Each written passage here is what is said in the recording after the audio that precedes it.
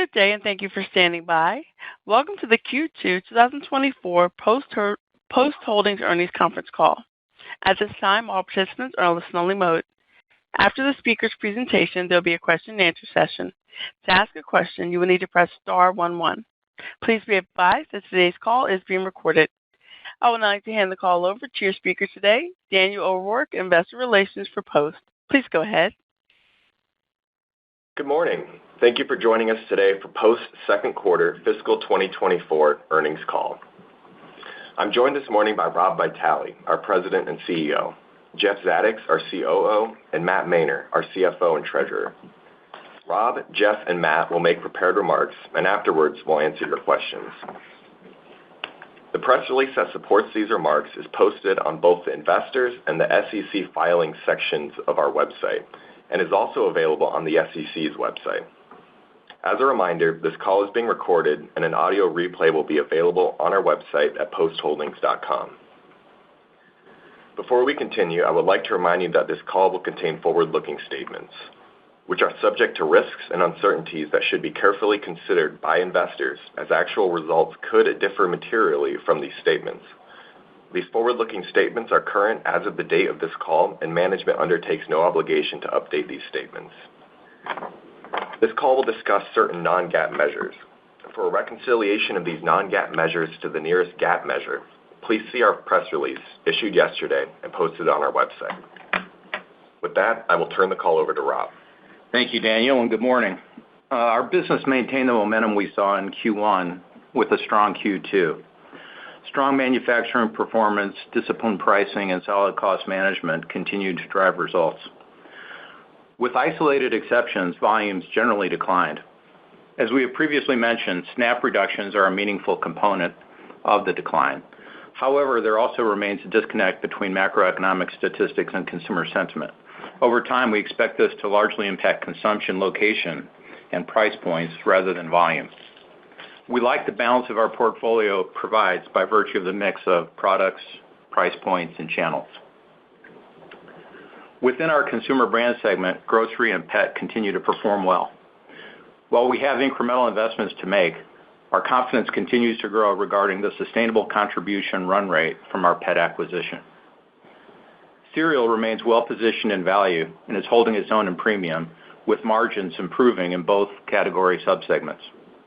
Equally important, the integration of pet into PCB is progressing and remains on track. Our food service business continues to deliver strong results, demonstrating its value proposition to customers through excellent service levels and its value-added product offering. While we saw a bit of a slowdown in restaurant foot traffic this quarter, we believe it is temporary, and our historical algorithm and growth drivers remain intact. Refrigerated retail continues to focus on driving volumes through its vastly improved supply chain, while Weetabix remains resilient in a challenging, albeit improving, environment. As far as capital allocation, we remain opportunistic with our triangular focus on share buybacks, leverage reduction, and M&A.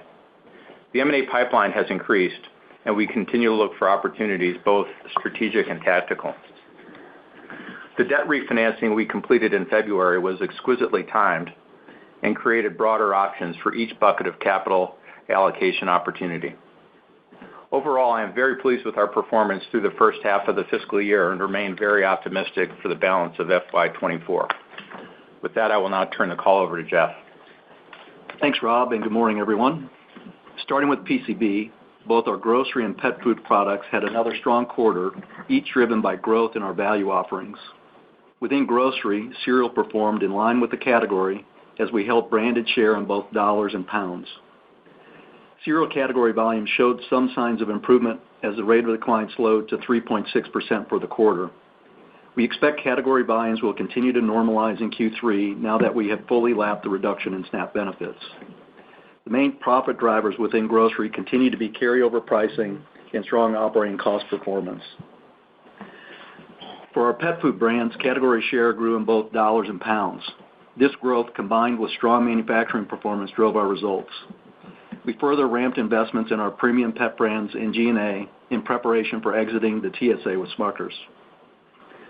Finally, from a network and supply chain perspective, we are focused on optimization for both cereal and pet. We are on track to capture the benefits of closing our Lancaster, Ohio cereal plant in fiscal 25. For pet, we are implementing an optimized warehouse and distribution network combined with grocery and lining up all the necessary internal and third-party capacity to fully exit the Smucker's co-pack agreement in the first half of 2025. Moving to food service, we had another strong quarter as favorable mix and customer renewals were supported by excellent service levels. While we did see a pullback in overall egg volumes from declines in restaurant foot traffic and inventory reductions at certain customers, we continue to see strong growth within our higher margin pre-cooked egg products, which were up approximately 5%.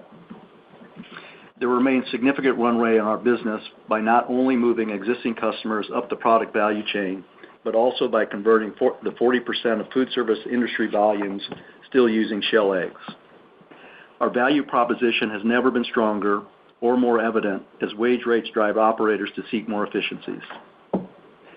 Rounding out the discussion of food service, although we continue to see cases of avian influenza, including cases found in dairy herds, we have not had any additional outbreaks within our owned or contracted farms. Lastly, we continue to ramp our RTD shake co-manufacturing for BellRing with improving production performance in the quarter, albeit well behind our initial startup plan. We expect to hit our targeted profit run rate for shakes exiting fiscal Q4. Turning to Weetabix, UK cereal category volumes declined 3%, but we outperformed the category given our participation in private label. From a supply chain standpoint, our overall service levels showed improvement. Outside of cereal, UFIT continues to be a volume bright spot, providing an attractive source of growth. Our refrigerated retail business had a solid quarter, driven by continued manufacturing and cost management. We are focused on driving demand and pulling all levers to do that, including advertising, promotion, and innovation. With that, I'll turn the call over to Matt. Thanks, Jeff, and good morning, everyone. Second quarter consolidated net sales were $2 billion and adjusted EBITDA was $345 million. Net sales increased 23%, driven by recent acquisitions. Excluding acquisitions, sales declined 5%, driven by lower overall volumes and the impact of our food service pricing pass-through model, partially offset by higher retained pricing across our businesses. Supply chain performance and fill rates remained strong, while inflation persisted in areas such as sugar and labor costs, with some offsets from better freight and grain costs. Finally, SG&A increased as we continued targeted marketing investments in our retail businesses. Excluding the benefit of pet food acquisitions, post-consumer brands net sales increased 1% and volumes decreased 4%. Average net pricing, excluding pet food, increased 5%. Volumes declined primarily in non-retail cereal and peanut butter. Segment adjusted EBITDA increased 74% versus prior year as we benefited from the strong contribution of pet food and improved grocery performance. Weetabix net sales increased 10% year over year.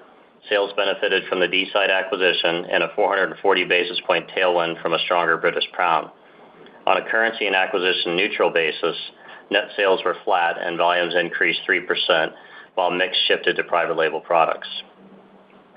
Segment adjusted EBITDA decreased 1% versus prior year as increased volumes and favorable FX were offset by private label mix shift and increased marketing costs. Food service net sales and volumes declined 12% and 2% respectively. Revenue reflects pass-through of lower grain costs and a reduction in pricing due to the removal of avian influenza price adders from last year. Volumes reflect decreases in our liquid egg products, partially offset by growth in our pre-cooked egg and potato products. Adjusted EBITDA decreased 8% as the removal of avian influenza price adders from last year and lower egg volumes were partially offset by favorable mix shift to higher margin pre-cooked eggs and customer renewal pricing. Refrigerated retail net sales decreased 8% and volumes decreased 5%. Both were driven by distribution losses in egg and cheese products. Segment adjusted EBITDA increased 3%, led by improvements in plant cost performance and SG&A. Turning to cash flow, in the second quarter we generated $250 million from operations, driven by increased profitability and improved working capital. Our net leverage decreased 0.2 of a turn to 4.3 times. Capital expenditures in the quarter were approximately $100 million, driven by continued investments in our pet food business and the expansion of our Norwalk, Iowa pre-cooked egg facility. Outside of internal investments, we focused on refinancing and building capital capacity in Q2. Our refinancing significantly added to our debt maturity runway as we cleared out 3 years of near-term maturities.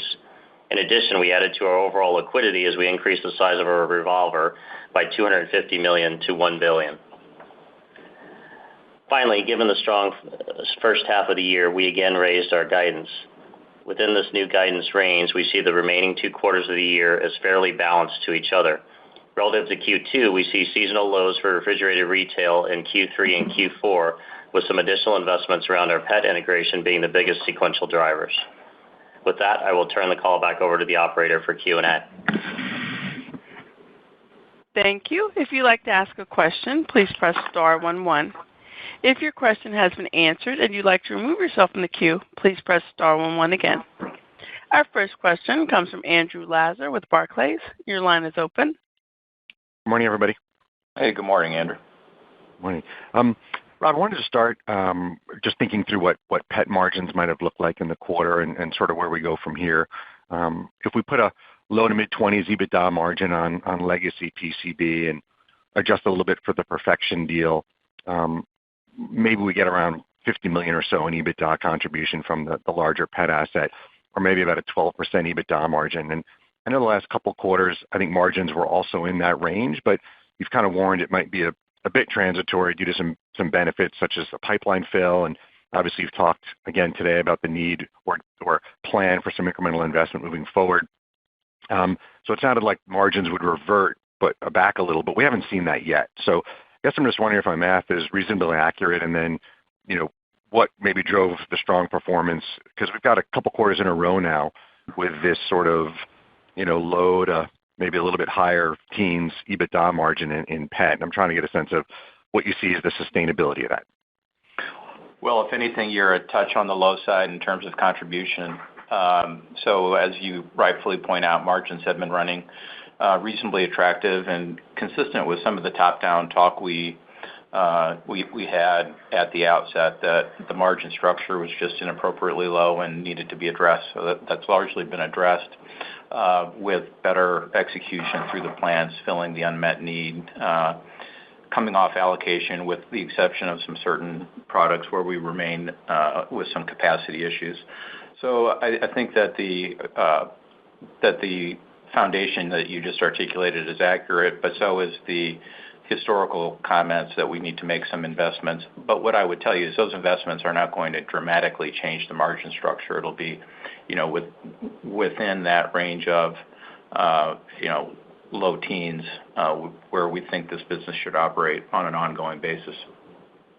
Got it. Thanks for that. And then in the prepared remarks just now, you talked about how you think the slowdown you've seen in restaurant traffic, you think will be temporary, and also that you expect the cereal category sort of to normalize in the fiscal second half as you lap some of the changes to SNAP.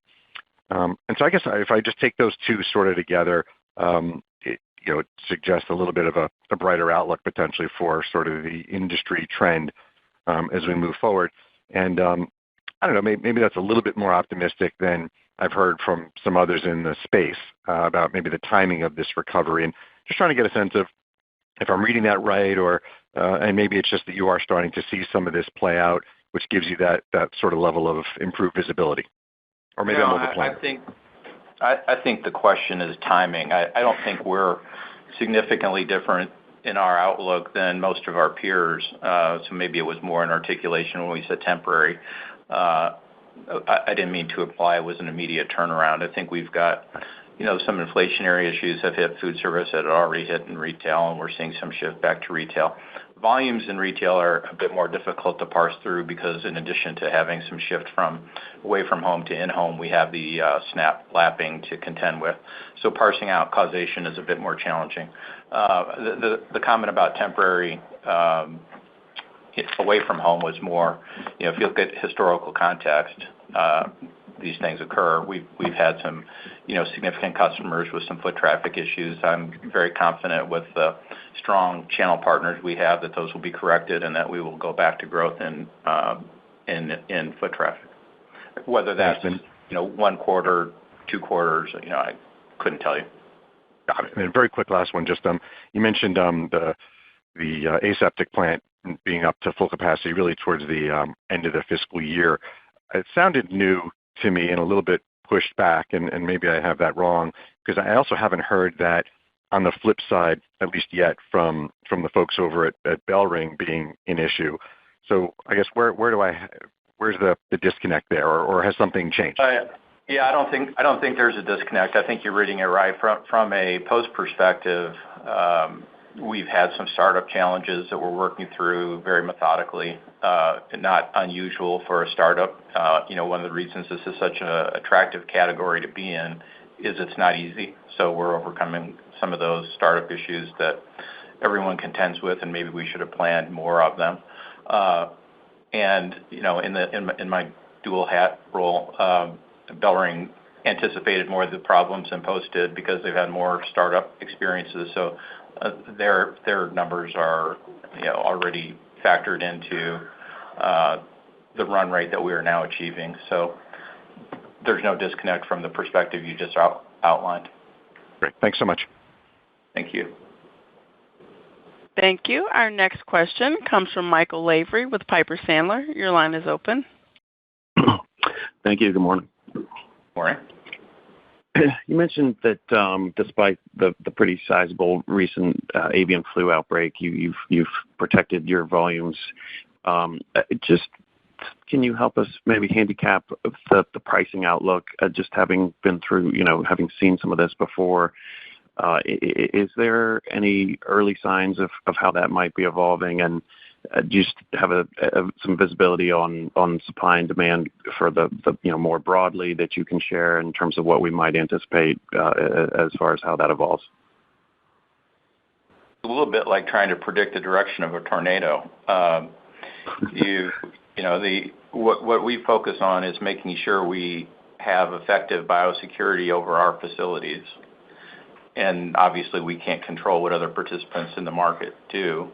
And then price becomes the independent variable. So, we would simply be hazarding a guess as to what direction something like HPAI will take, and I wouldn't want to try to guess. What we would tell you is that we are prepared for multiple contingencies around no breakouts, breakouts that disproportionately affect us and breakouts that disproportionately affect our competitors. So, it's multi-option tree scenarios that we game rather than trying to plan one scenario.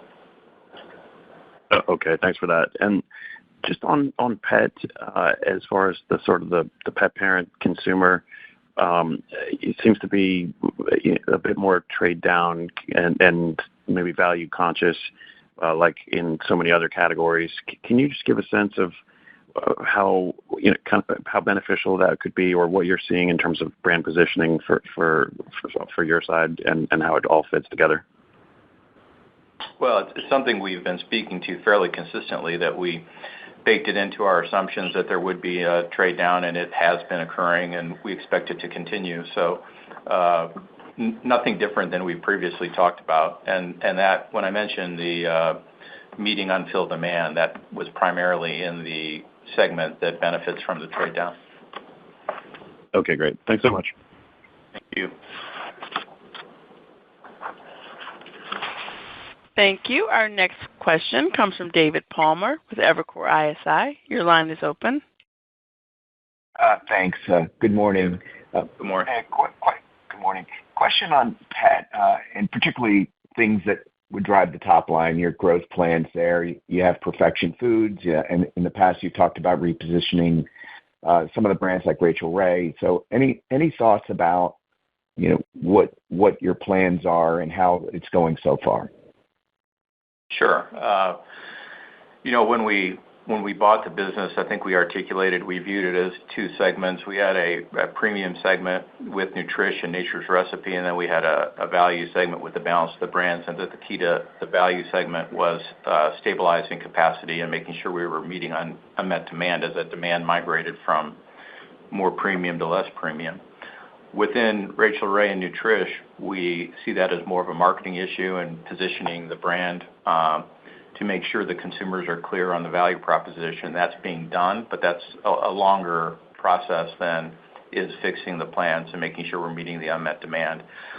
We are focused on it, of course. We are being patient to make sure we have the right creative and the right brand positioning.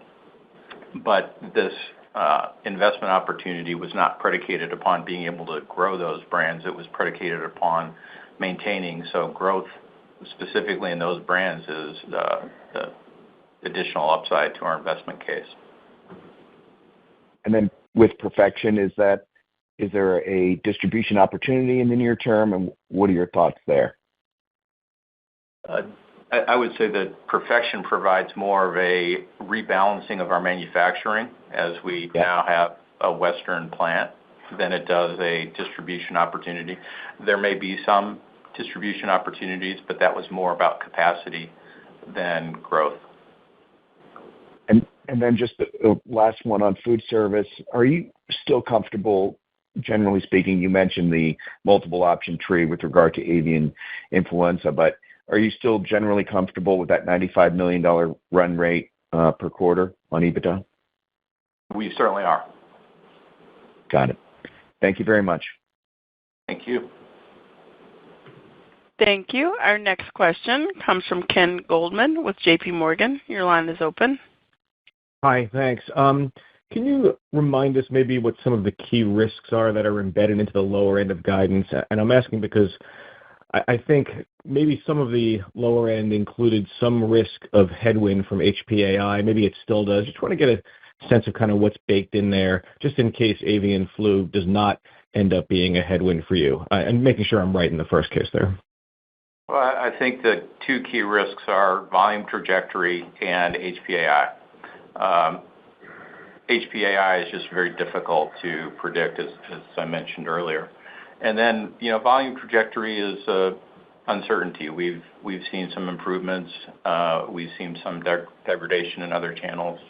As I mentioned, it's a bit of a confusing consumer environment right now. So I would put those as the two big risks. And you said 2Q. I think you meant 2H, just to be clear. I did. Okay.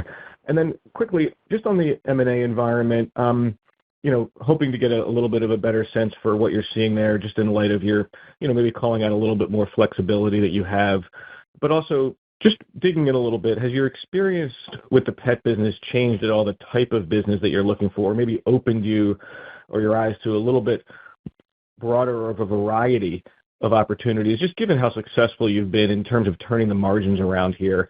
I know every opportunity won't be quite that juicy in terms of your ability to improve margins, but has it really just expanded like I said, the opportunity set in your eyes longer term?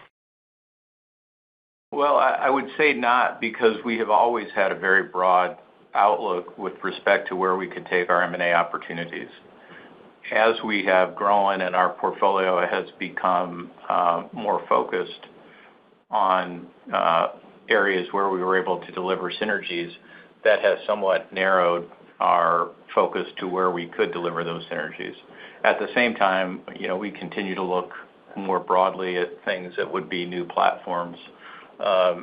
So I would say from an internal perspective, because we've always looked at things with a very broad lens, no. From an execution perspective, do we feel confident in doing something, a bit further afield?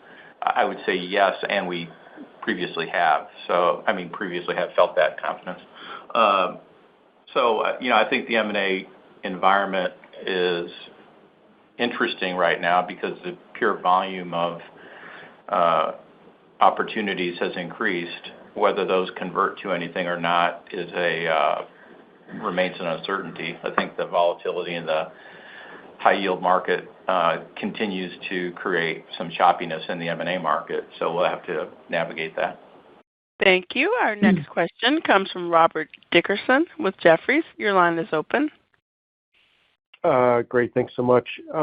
Maybe just kind of a easy question around Q2. I think you said, the next 2 quarters on the EBITDA side should be fairly balanced, but I think that's what you said coming out of Q1 regarding the next 3 quarters. And then clearly you had a great Q2. I just got on the call a little bit late, so excuse me if you already stated this, but I was just curious kind of, what changed obviously through the quarter relative to, the original perspective. Yeah, I think a little better performance on PCB for sure than expected. Just strong cereal performance given the backdrop of the environment there was probably the biggest outlier relative to our expectations, and continued really strong performance in pet. But that would be the biggest mix. And then obviously we've got some puts and takes in the second half of the year.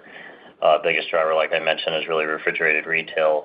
Has significant seasonality in the second half to the downside versus they had their benefit of seasonality in the first half, especially with Easter all being in Q2. And then we've got some additional investments we're going to make around PCB for pet integration, G&A, and also some of those distribution investments will be sequenced through. All right, super. And then I guess just going back quickly to refrigerator retail, I realize a little pressure there on the distribution side. So, as we think forward, maybe not even just back half, but longer than the back half of this year, what's kind of the overall net strategy to kind of resuscitate performance? Sure. I mean, it continues to be investment around the business and in particular around the dinner sides. We've got some new innovation that Jeff mentioned that's hitting the market just recently, so too soon to tell there, but certainly the strategy continues to be innovation or combined with additional marketing investment, and we're leaning into promotion a bit more given some of the benefits we saw in Q1. All right, great. I'll pass it on. Thanks so much. Thank you. Our next question comes from Mark Torrent with Wells Fargo Securities. Your line is open. Hey, good morning. Thank you for taking the questions. You just touched on promos a little bit with regards to refrigerated retail. We've seen promo activity more broadly across food and beverage pick up in recent periods. Is that sort of consistent with your view on the market? How rational is the activity in your categories, and how do you expect that to progress through the year? Yeah, I think it is consistent with our view and what we think needs to happen. Obviously, from a refrigerated retail is a little bit different segment for us because we don't have a value alternative or a private label like we do in cereal for sure. So we don't get that change in mix benefit. So we're continuing to see investment in promo. And like I said, we had a case in Q1 where we got the benefit of some promotion, a little more sponsored by one of our customers, and saw some significant benefits. So I think we'll continue to take targeted bets there, but remain rational. Okay, and then on M&A, you called out increased activity or opportunity on that front. Maybe some perspective on what is driving that. Have valuations moved at all, and is the environment allowing you guys to be more aggressive there? Well, we don't know if valuations have moved yet because what we are first seeing is an increase in opportunity flow. So we need some more transactions to occur in order to gain the sense of a market. I think what's driving it is there has been a relatively low period of M&A, specifically private equity exits that have aged some of these opportunities such that I think they will come to market and more of a group, and that combined with some of the movement in the debt markets, both positive and negative, is all impacting the way the market forms. So we need a little bit more time before we can really answer where the equilibrium is on multiples. But what we can say with a fairly high degree of confidence is that the number of opportunities is really significantly ticking up.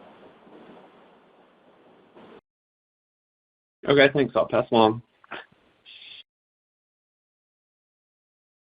Thank you. Our next question comes from John Baumgartner with Mizuho Securities. Your line is open.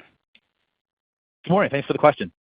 Hey, John. Maybe first off, in food service, in eggs, the coffee chain segment has been a big driver of growth in pre-cooked these last few years. But as you highlighted, about 40% of food service volume is still shell eggs.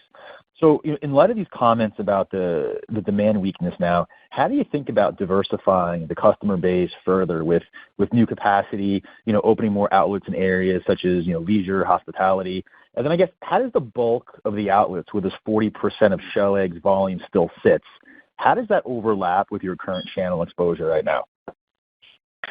Well, in reverse order, the shell egg tend to be the smaller operators. So they are less represented in our customer base. So we would be adding distribution as we convert from shell eggs to value-added eggs.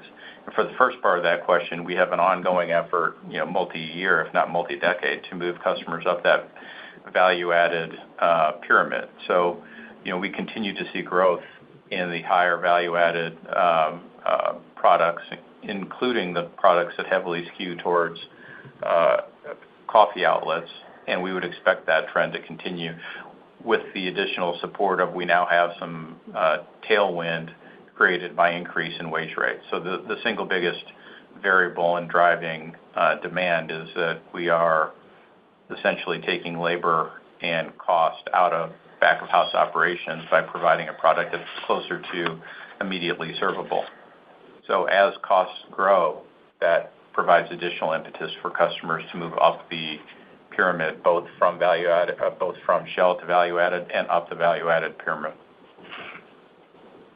So, of that 40% of shell eggs volume out there, if it's small operators, are those folks, do you think, more inclined to trade into pre-cooked, or if they're kind of mom and pops and there's less reason to take labor out of the system, is there maybe less likelihood of chipping away that 40% over time? But I think you need to think about it like a pyramid with the 40% at the base, and we don't necessarily take the base immediately to the top. What we do is we take the components along the pyramid as it thins from lower to higher in the pyramid. So the first step will be to move an operator from shell to the lowest level of value add. Meanwhile, we will be working on trying to move a higher value add to an even higher value add. So it's not a leapfrog, it's a continuum. Okay. And then my follow-up on refrigerated retail and the side dishes business there. Just given the theme this season from companies calling out consumer weakness, are you seeing any incremental erosion or larger elasticity or risk to that business for the back half of the year? I know you have the innovation and marketing, but to what extent do you see that category becoming more of a discretionary product in this economy? Yeah, certainly I've seen that, like I mentioned, John, the pressure on the category, we don't have the private label alternative, so that's baked into our guidance, and as we talked about, we had the benefit of seasonality in the first half, and I think our challenge is how do we drive higher volume levels outside of the seasonal tailwind that we get.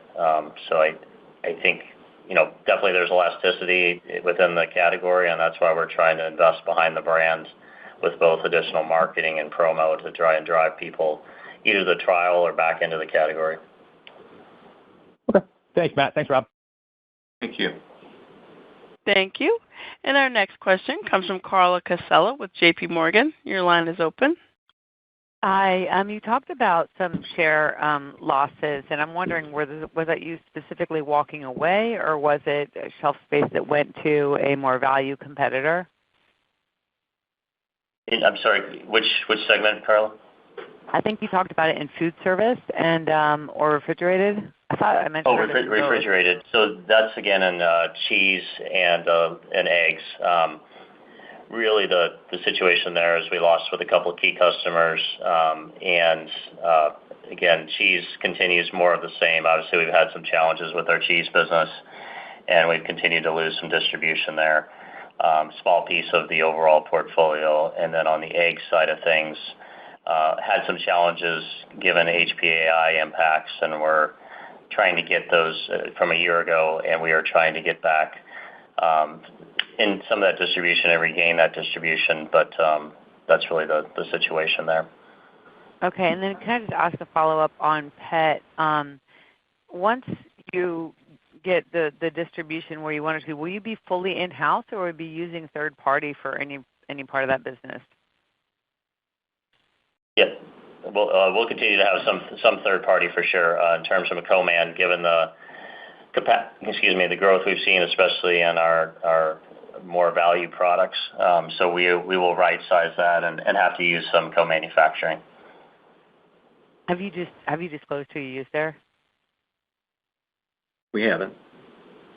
But we're moving from Smucker to independent third-party co-packers. Okay, great. Thank you. Thank you.